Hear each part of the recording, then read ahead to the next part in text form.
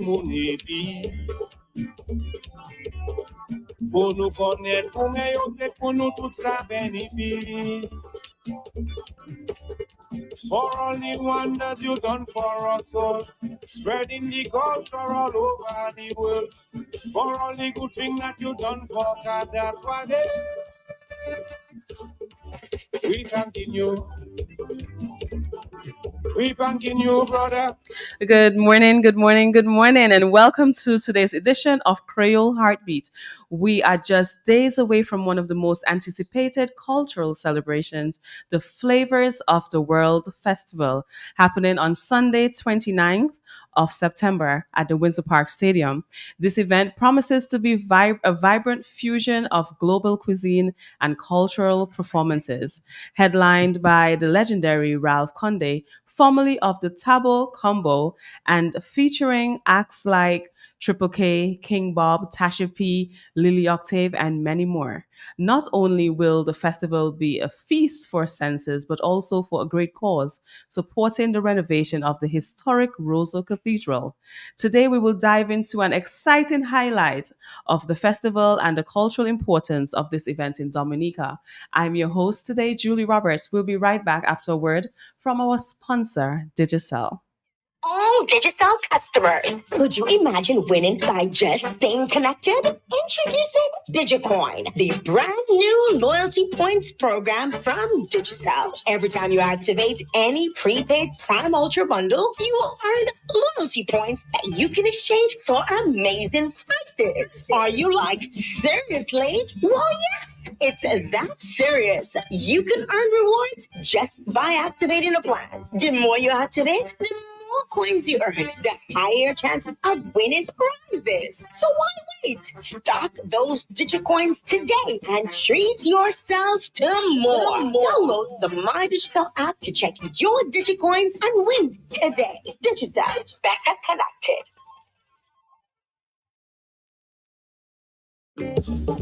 Yes, sir. Takaimalan. Prince Maddox. Prince Maddox. Prince Maddox. Prince Maddox.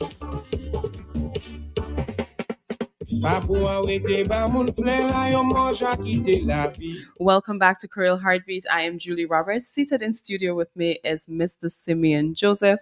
It's my first time meeting you, but I'm told that you're legendary in terms of eloquence. And I was told that you're going to have all the right answers, and I'll have a healthy discussion this morning. That's the feedback I got. I can only say what I got. Well, I hope I can do that. I hope I can do this thing justice. It deserves every bit of justice. Look at that. So just you can go ahead and tell our audience hello, good morning, how they doing. Fantastic. Well, thanks for inviting us. Yes. I'm happy to be on Creole Heartbeat this morning. I think and thanks for collaborating with us in this whole exercise because my name is Simeon Joseph. I'm in here as a capacity as an event manager coordinator. That's one of my specialties. So I'm part of the committee that is putting together this innovative and new dimension to festivals in Dominica, Flavors of the World. It's going to be moving forward an item on our national calendar that bridges independent celebrations and Creole Festival weekend. So it's now part of our whole cultural calendar of Creole Festival. So and so therefore we're here this morning to give it a little amplitude in terms of marketability, information sharing, and all of that has to do with the festival. And to make sure that it's successful, number one, we have massive participation. Number two, our patrons come out, and we're also successful with the objectives of what the germane idea of Flavors of the World is supposed to be. Okay.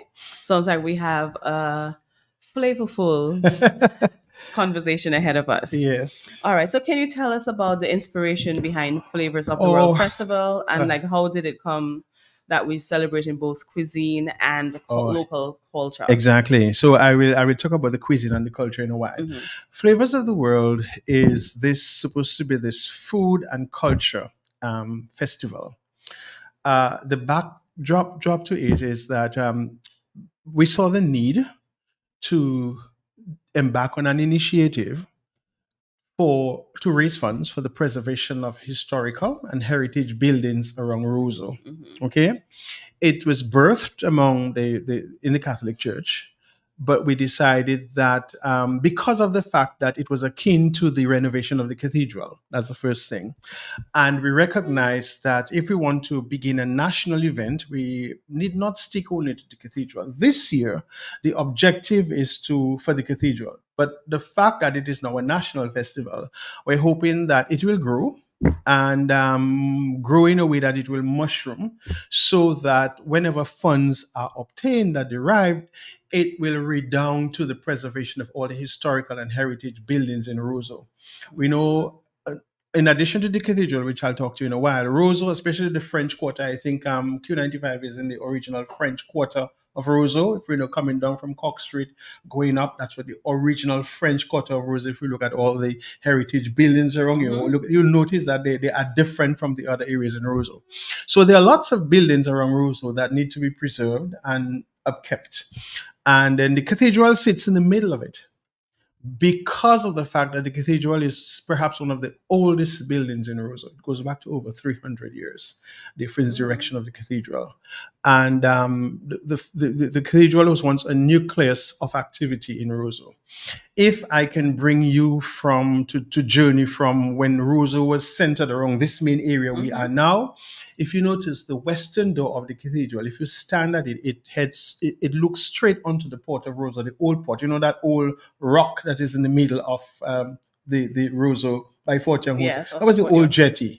And so when sailors would come in, fishermen, anybody on the sea, if you know, remember, anybody who came to Roseau before had to travel. I don't remember.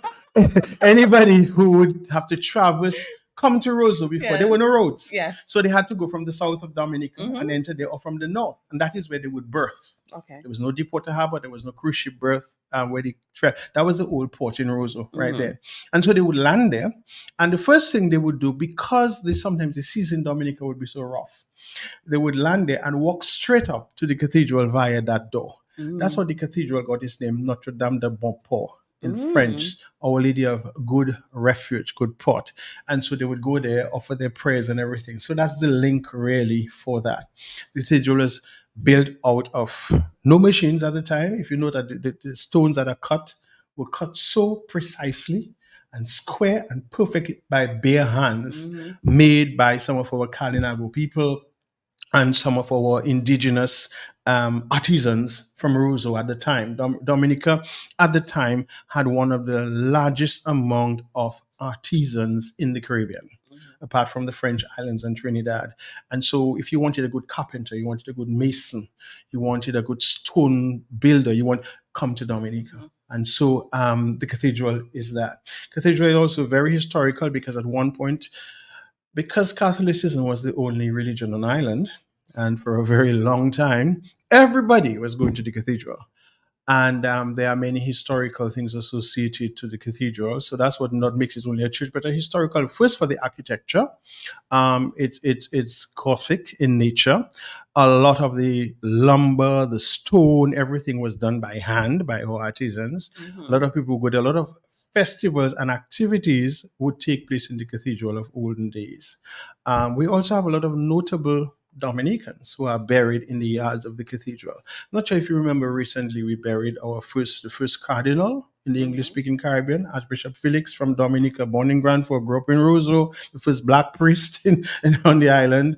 He was buried in the foundation of the cathedral. So the cathedral represents a foundation for many things. The famous Italian artist who sailed the Caribbean, painting scenes of the entire Caribbean in the 18th century, Agostino Brunice, is buried on the grounds of the cathedral. There are many historical people who are buried. If you go to the cathedral to the top and you go left, you will find that all the previous bishops are buried in the tomb, entombed in the cathedral. The oldest and only pipe organ, French pipe organ in the Western Hemisphere is located in the cathedral outside of Europe. Okay, so there's a lot of history and heritage. If you look at all the stained glass windows as well, you will see the history of Dominica. in all the stained glass windows when it is restored, and these things have been there. So the efforts there is to restore the cathedral, to raise funds. It's long in coming because when the project was first started, it was just supposed to replace the roof. Okay. But then when we went to replace the roof, we saw that first thing to remove the roof was full of asbestos. And in the 21st century, asbestos is a carcinogenic thing. So what had to happen is, first of all, the project was only supposed to be $300,000. And then when we had to remove the roof, that came to close to $750,000. So it was already an overrun. When we removed because the asbestos had to be removed by scientific methods. Yes. You have the Wesley High School, you have the St. Mary's Academy, you have the St. Martin Secondary School, the Convent High School, and all the buildings. So they couldn't just take it out. A firm had to be brought to Dominica with the right scientists and all the right skilled labor to remove it safely and dispose of it safely. So that was already the first cost overrun.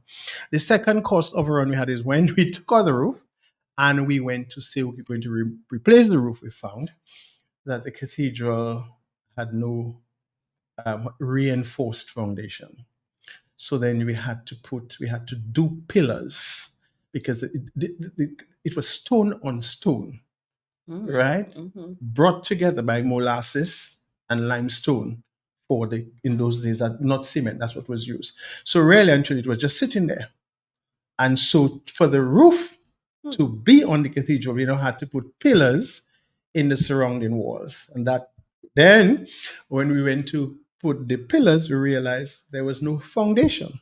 So we had to go very deep down, 8 to 10 feet, and put foundations. And so call it the cathedral today has had many cost overruns because of the fact that when you thought you were just going to put up a roof, you had to reinforce the entire structure to ensure, so they went into millions and millions and millions of dollars to ensure that it is restored properly. So it's being restored, or is it being rebuilt? You could say rebuild it. Really, the only thing that is there now is the outside wall structure.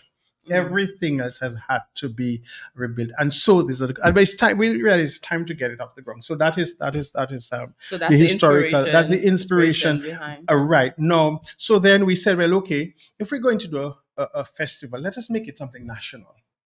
Let us not just do it for the cathedral. Let us, because of the historical ties with the cathedral to the culture and the heritage of Dominica, let us use it as a platform whereby we can inspire and generate interest into preserving the historical buildings in Roseau. So henceforth, moving forward, the Flavors of the World Festival is that great initiative to embark upon fundraising and collaborative effort that once the cathedral is finished, then we have a long-term, like Creole Festival, like Jazz and Creole, they all started as minor festivals and today they are big. And so hopefully, but the different dimension to that is I like to term it as an eclectic fusion of food, cuisine, and culture.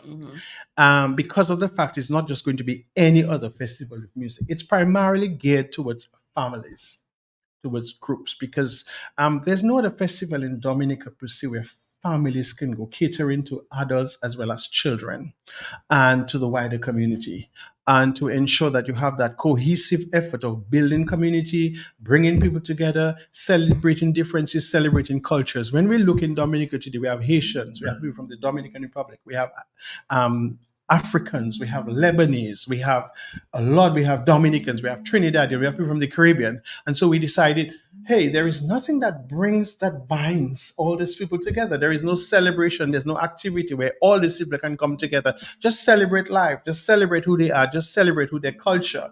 And so that's basically what it is about. That's why it's called Flavors of the World, where we will be concentrating on foods of all the people who reside in Dominica currently. That's really church. Church is supposed to bring people together.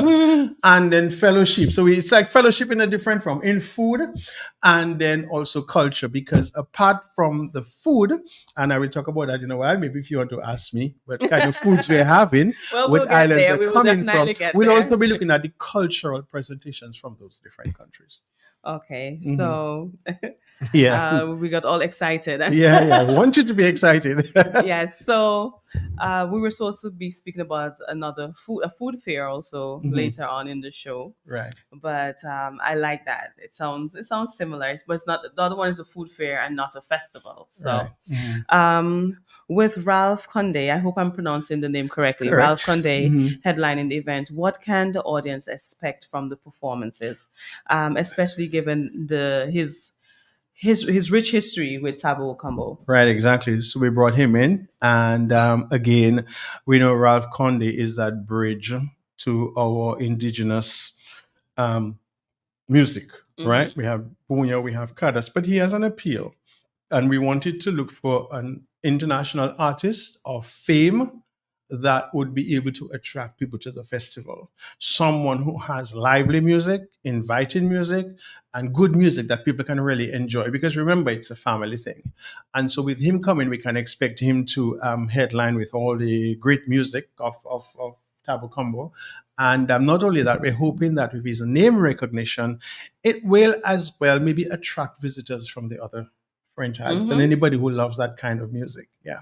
And then, of course, we have all the other artists that are there. Yes, which is my follow up question. Uh-huh. So we've seen an amazing lineup. I must say it's Right. amazing. Mhm. As a matter of fact, when I initially looked at the flyer, I felt like it was a Creole festival flyer. It You is know, in a it sense, seemed yeah. like you saw more performers than food. Right. You know, so That- so we've seen an amazing lineup of Mhm. local performers like Triple K, Lily Octave, and King Bob. Mhm. How does this event help to elevate Dominican artists on the international stage? Oh, very much so. Because again, when you look at the dimension of flavors of the world, where it is reaching not only what is local but international. For instance, I'm not sure if you're aware, but we're going to have Lebanese food and Lebanese music.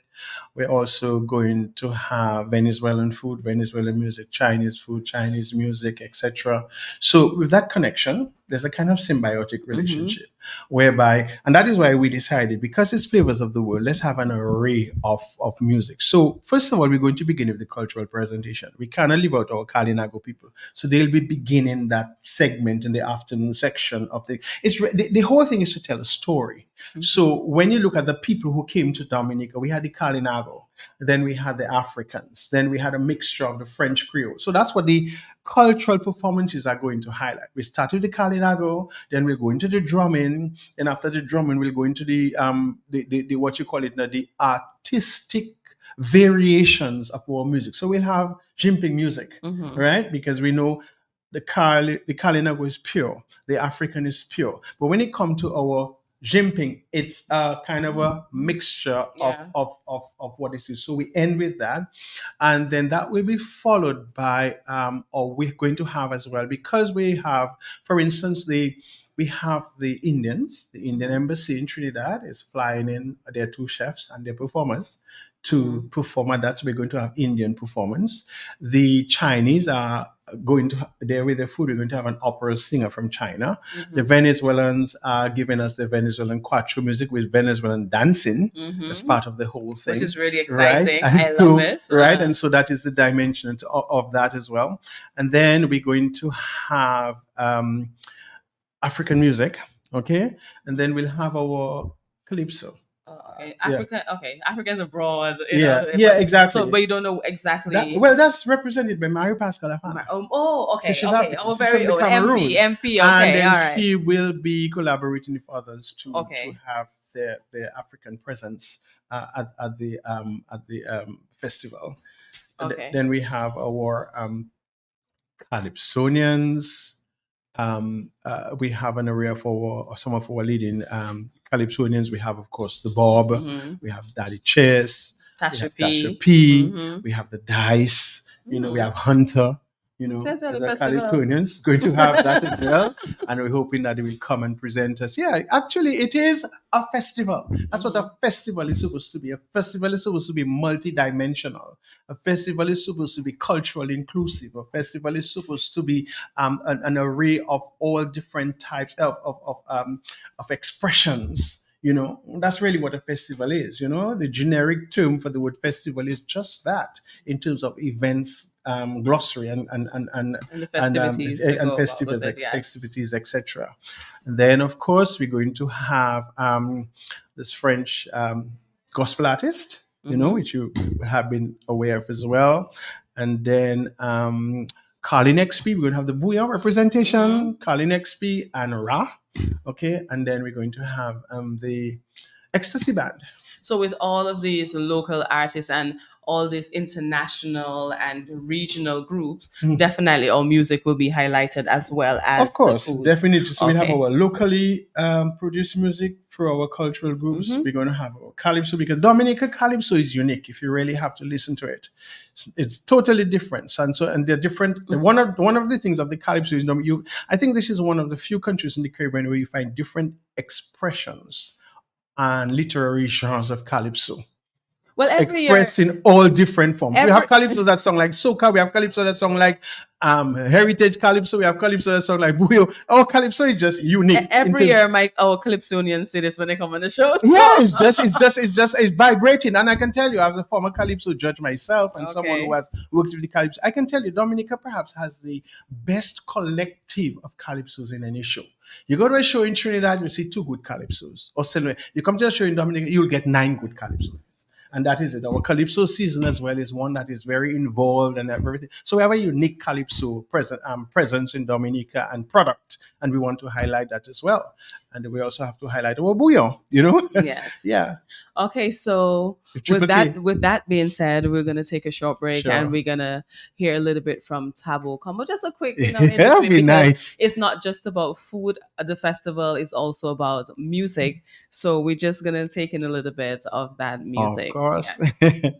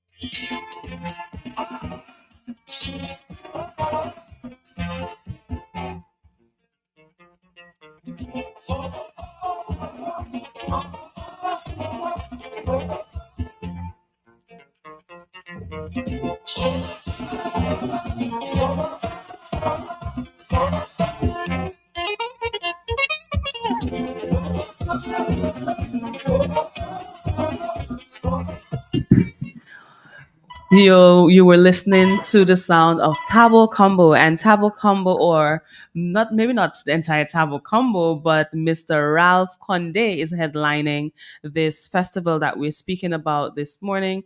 We're speaking about the Flavors of the World Festival, and it's happening on September 29th at the Windsor Park Stadium. In studio with me is Mr. Simeon Joseph, and I want to say he's the PRO for this, but maybe I'm just giving him a title.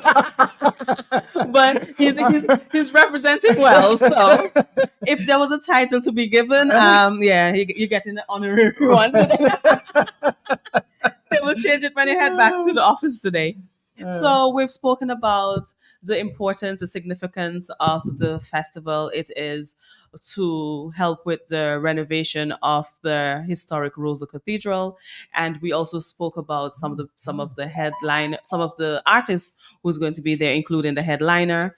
In addition to that, we spoke about what the festival really entails. So we spoke about the different cultural cuisines, not only of Dominica but also of Trinidad. That we have the Lebanese, we have the Chinese, we have Venezuelan. We do have a plethora of cultural food from around the world. So now I want to speak about the VIP experience. Right, definitely. Definitely. So the festival will feature a special VIP dining experience.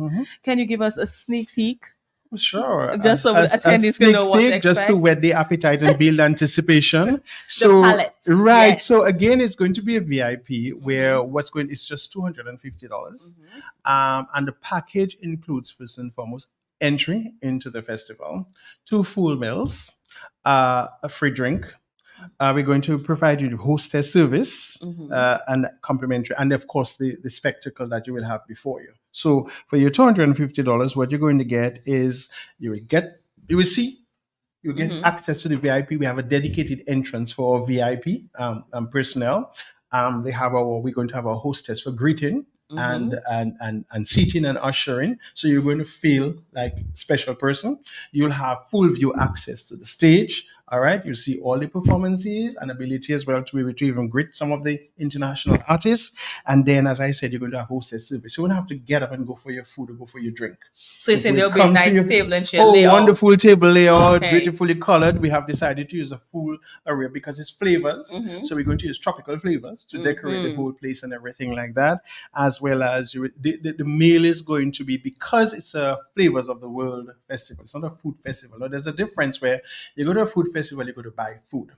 Flavors of the World is we're packaging it in such a way that you go to every and you get tasters. You're able to either buy a meal, buy tasters, or buy samplings. So you taste all the flavors of the world as you move around the space. Okay. And then for the VIP, we will have a select menu of the flavors of the world where you can choose your 2. And then if you wish after, you can even leave the VIP, or you could stay in the VIP and send an order or place an order for a flavor of it. So for instance, in the VIP, you would have had Venezuelan and Lebanese, for instance. Later on in the night, you feel you want to sample the Haitian or the African, you can get a hostess, or you can get it for you and bring it for you. So that's why we have hostess service. Okay, so it's palate oriented experience. Definitely. Okay. All right. Right. So I like that. And that is more than a sneak peek. That sounds like well, we want to entice people to come, yes. And because we want everybody to be there. We don't want anybody to feel it's not for them. You're not too old, you're not too young, you're not too capable or incapable. You understand what I'm telling you? And so if you want to come, it's something we really want to encourage people to leave their homes on Sunday afternoon. It's not an option, You have nothing else to do. And some people just don't like to go out on a Sunday because perhaps if they go out, there's not much. But this one, it's inclusive, it's engaging, it's exciting, and it's participative. So you won't miss your home on a Sunday afternoon. Okay, that's what it's supposed to feel like. Right. So speaking about family, what kind of family-friendly activities are being planned for children attending the event? As they're such an important part of our community celebration. Definitely. So we will have something called a kids corner. Okay. It's a specially dedicated space where when you come with your children, first of all, we're going to have guardians and we have stewards taking care of them. So if you want to come and you would like to just enjoy the space, but send your kids to the kids corner, they will be safe. Okay. And what we've decided to do there is make the fun of the young people very indigenous, not so much of the Western style of entertainment. So what they'll be getting, of course, there'll be a bouncing castle because children love bouncing castles, but we'll be teaching them an art called calligraphy. It's something that many people may not be able to do. Mm-hmm. So they'll be learning calligraphy. Oh, wow. They'll also be learning basket weaving by the Kalinago. We have a Kalinago Mm-hmm. section where, again, the Kalinago will teach them how to do basket weaving. That's fun for children. So that is what we want them to learn. We'll be having face painting as well. Adicia Burton, former Miss Dominica, will be coming as a celebrity from the Kalinago community to do face painting for us. They'll also be having Chinese paper cutting art. You know, the Chinese have some very good, delicate ways of cutting paper. They will be taught, and lots more. There will be other games for them and that kind of thing. So and children are covered. Right. The entry for the kids is only $20. Okay. Okay. And so they come in, and when you come, if you'll be entering into on the entire right section, that will be cordoned off, and you have all the kids' activities. So there. when they enter and they pay that $20, do they can be then escorted to that area, or do they have to pay an additional fee to take? Oh no, no. That's all inclusive for them. Okay. And can you imagine if a parent had to send their child on a summer program to learn calligraphy, to learn paper cutting, to learn basket weaving? It will be much more than $20, in addition to the music and the atmosphere and everything they'll be getting. So it's be well worth it, you know. Okay. And we wanted the kids to be engaged. We didn't want them just running around, falling down. We know that when they come there, they'll be definitely engaged. They won't have a moment to spare for any form of, what you call it now, kids intemperament activities, put it that way. I'll have to use that with my daughter. I'll just say, "Girl, just drop us off." No. You know, children will be children. You know what I mean? Include food to that for the children? No, because so of the fact that exactly, because the food will be sold. We'll have a chit station where you will go to that and you will buy whatever chit you want to buy. If it's a $15, $10, or $20. And so the parents will have the option with their children to choose what the child wants. Does the child want a full plate? Does the child want a tasting? Does the child want a sampling? And so that's where they go. Because some of the kids might be very curious as well after the different types of foods.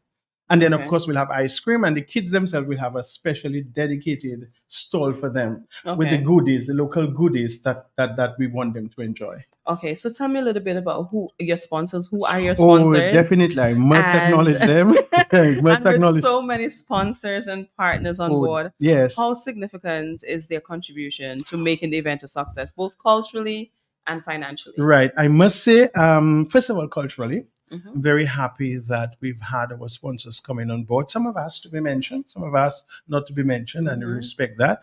But again, we'd like to also, in terms of culture, we'd like to thank the embassies of Venezuela, China, Cuba, who have come on board and really supported this venture by sponsoring their artists, sponsoring their booths, sponsoring the items for the preparation of the food, flying in certain people if they have to. And I think that was very significant. I mean, on yesterday afternoon, we met with them. And what was nice enough, they brought their ambassadors and their staff to the stadium to do the walkthrough and give us ideas and support as possible that they could give. And that's going to be very good. That's one. And then we have other local sponsors as well. We have, in terms of, we had silver, bronze, and other sponsors. So in terms of our silver sponsors, we have AC Shillingford and Company, HHV Research and Company, Belfast Estates, Petro Carib, and Fine Food. So I've come on board and been our silver sponsors, and we're very happy of them for that. Our bronze sponsors, we have Do It Center, Sugar George Incorporated, Auto Trade, E.H. Charles, J. Stephens and Company, and DBS Radio. And our other sponsors in cash and kind, we have DA Vibes, Q95 here as well with us, Digicel, Fortune Hotel and Company, MO News, Dominica News Online, Arden Sounds, Archipelago Trading, Josephine Gabriel and Company Limited, and Springfield Trading Company. There's some of our sponsors who have come on board. As I said, there are others who have asked not to be mentioned because there's some people who give and they give out of charity and they recognize it's a church, so they just give in.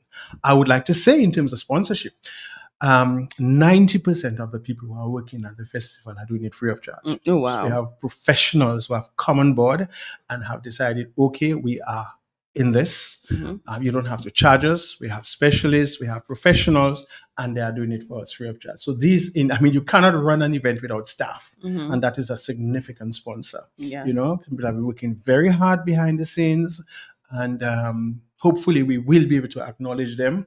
And I think perhaps the best way we can pay them back, give them a good blessing and a prayer. And in terms of partners, of course, our bellies. Yes. Where food is, I'm gathered. So I like it. I really love it. I love the initiative. We were speaking about that off air, and I was telling you how much this initiative really resonates with me. And Creole Heartbeat, we're all about highlighting the culture, the excellence in Dominica, and this is definitely a culturally excellent initiative. Yes. I would also like to say, by the way, something I forgot to say for the VIP, that we're going to have table packages in the VIP where you will have bottle service. So you could order a package of your bottle service and it'll be brought to you from the bar. So what I haven't asked is like how much it is for entry. Okay, great question. It's $100 for entry. On your $100, you'll be getting a free chit. So you'll be able to sample one of the foods. Okay, and you could buy the others if you so desire. So that's $100, and so that is mainly for the entertainment package. Because and not only that, the setup of the site. Because you will appreciate to set up any event site, it's not a cheap venture. You have to get stages, you have to get tent, you have to get your backup electricity, you have to get your setup crew. I mean, let's face it. And so that's an expensive venture. We have to recoup the cost for that. So basically, that is what the entrance fee is covering: the site setup, as well as you will be getting. And let me tell you, can you remember the last festival of 7 hours that you were able to see close to 20 artists? No. Exactly. With DJs. So you're getting a wonderful package. You know what I'm telling you? And as you yourself rightly say, it sounds like a mini Creole festival, right? So you're really getting a package of entertainment, a variety of entertainment. And sometimes one jam with Triple K is what, $40? We'll be having Triple K. We'll be having Ecstasy. We'll be having an international artist. If Ralph Conde had to come down here and perform, you think you'd pay exactly. So I mean, you're really getting a fantastic package to come and enjoy yourself and have a very good time on that. And you get at least one meal with it. And you're getting at least one meal with it. Yeah. Okay. And what time do you begin? Oh, we begin at 2 p.m. sharp. We want people to start lining up at the gate by 1:30. You know? So you will start at 2. We want it. Well, first of all, we just finished doing the entertainment lineup. It starts at 2. Okay. You understand what I'm telling you? And we hope to end by 10:30 for the latest. Again, it's a packed family event. It's a Sunday night. We like people to go home. Those who have come far from Dominica, we like them to go home safely. We don't want people to be bored. We don't want to be people wondering what's next. So it's just going to be an impact filled entertainment package where the stage will always be alive. There will always be entertainment. There'll always be something to do, something to see, something to listen. So in terms of the flavors, we'll be enticing all the senses: your hearing, your seeing, your tasting, your feeling. So you will leave the event flavor filled. All I say is big belly season. And it's big belly season. When I leave over there. Do come. I'll wear my exactly. again. Yeah. And we want people to really come dressed up nice. Let the place be bright, lovely colors. And everybody listening, just bring 2 or 3 or 10 people if you can. The shiki wasn't for the color, it was to hide the bed. All that in it. But before we round up, I just want to ask this, and then we'll go back to talk about where you can get tickets if there are any. Right. Stuff. So looking ahead, how do you see Flavors of the World Festival growing in the future? Could it become a significant event in Dominica cultural calendar? I'm going to say definitely will. I was part of the Dominica Festivals Commission for a while. And that's my litmus test. I remember the first time we did Jazz and Creole, we did not have 100 people there. Today, look at Jazz and Creole. Once you have an event, you're consistent, you're committed to your patrons, you sell it, your patrons leave satisfied. Paul will tell Peter, Peter will tell all, and they look forward to it next year. On top of it, this festival is a very worthy festival. It's not just for rum and siwo. It's multidimensional. There's a historical aspect to it. There is a fundraising aspect to it. There is a social aspect to it in terms of family. And I think that's what Dominica needs now. Well, let me tell you, there are hundreds of thousands of people in Dominica who have been asking, outside of the other festivals that are happening. I mean, when you look at it, Creole Festival brings in about 10 to 15,000 people. There's 65,000 people in Dominica. Where do the other $50,000 go? 50, not $50,000. Where did the other 50,000 other people go? Out of that 50,000 people, there must be another 20, 25,000 people who are looking for something wholesome, uplifting, engaging, entertaining to go to. And so we're catering to them, as well as those who would go to all the other festivals. So Colors of the World is going to grow. Yes. Okay, we're going to mushroom. Hopefully, we'll be very successful or significantly successful this year. People will leave satisfied and happy that it was well worth the price and the effort, and look forward to a bigger, better one next year. All right, well said. And yeah, I know we're speaking about it from a festival point of view, and I do understand the importance of you speaking on it that way. But when you speak on it as something that has to do with food, everyone must eat. Yeah, everybody must eat. And I love traveling. That's my vice. And everywhere I go, I'm sure to try the local foods. Right. So when it can come right in your backyard, right, and not only the food but the entertainment, right, I think that in itself markets itself. So kudos to your team for something fantastic. It's quite creative. It is. I think I need to big up the hardworking people, my team. I want to big up our chair, Francine Baron Roy. Okay. Cici Centulia and a team of Next Connects that she has brought on board to assist us, like Damien Sorrendo, Annie Benjamin, Mr. Del Sol, Michael Henderson's husband, Lindsay George. This has been a core. There are other people behind the scene, but these people have been working very, very, very hard. Sleepless nights, long hours. When we have our meetings online, we go on for hours. All ideas contend. Everybody's willing to go out there and see what they can do. Let me tell you, this has been not only a labor intensive, but it's also been an intense sacrifice of love. You can feel the spirit of people genuinely to come together and say, let's make this work. Yes, we're thankful to them. All right. So thank you, as Mr. Joseph said. So just let us know when now we're rounding up where you can purchase your tickets, if your ticket's been sold. Right. And any other little information that one would need if they're listening right now. Okay, great. So tickets are on sold at Bullseye Pharmacy. Dipex at Next Connects, Next Connects, and you can also go at the Bishop's office, the Cathedral office, as well as you can go online. Okay, and on that day there will be a ticketing booth. There's also be a ticketing booth where we'll be selling tickets on the outside. In the standard ticketing booth that everyone knows will also be there. And then we're going to have our 4 entrances: our general entry access, our VIP access, our artist access, and our service entrance. So, but just to let people know, you enter up Kennedy Avenue, and then the ticket booth is right in front of you under the big screen. And you get your tickets there. So you call some names that the Dominican public know very well. So I know if someone wants information, they can contact these people. Definitely. But do you also have a contact number in case someone wants to be a partner or a sponsor? Definitely. Never too much financing come into something like that. I had this on my phone, and then I just happened to let me just get it for you. Sorry about that. So I can just tell the people what we're talking about in the meanwhile while you look for that. We're speaking about the Flavors of the World Festival happening on Sunday, the 29th of September at the Windsor Park Sports Stadium. It is a day filled with global cuisine and music. So we have in studio with us Mr. Joseph, and he is Simeon Joseph, and he's given us the information on that.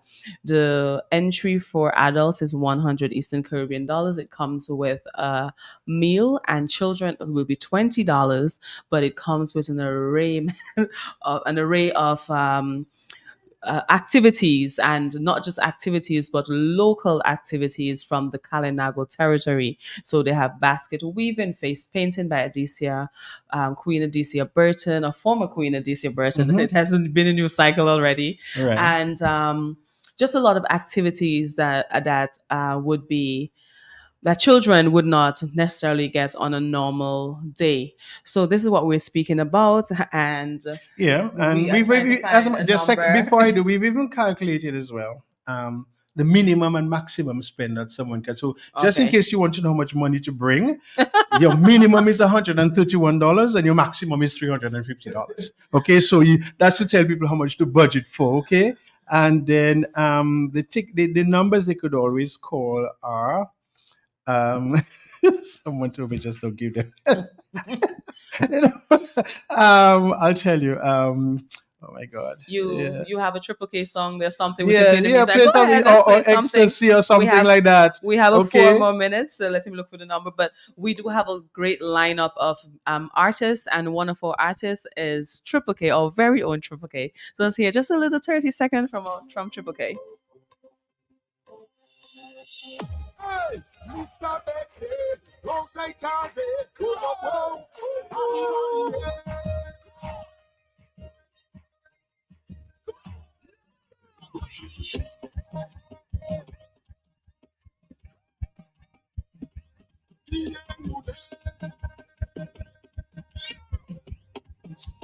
Sonic. You monster.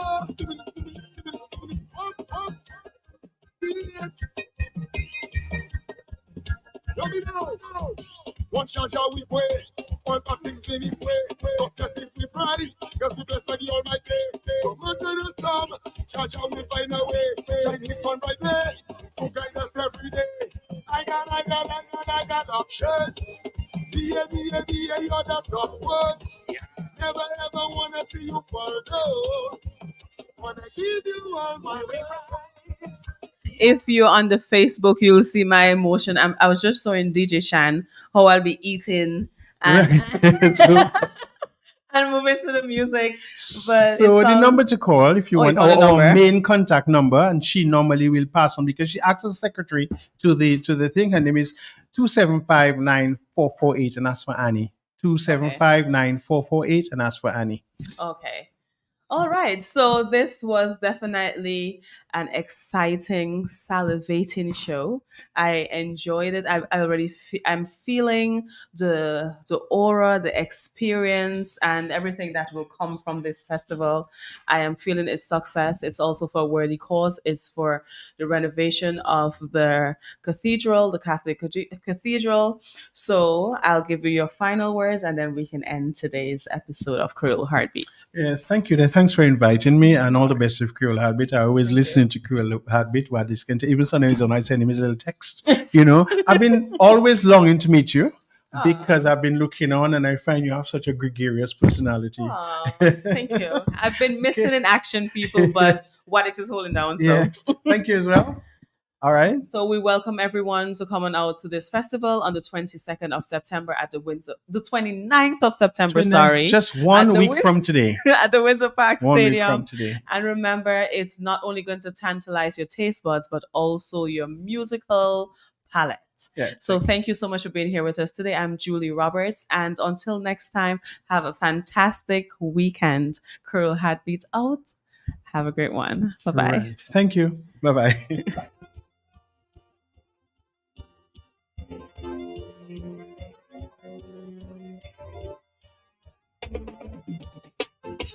Go! Go!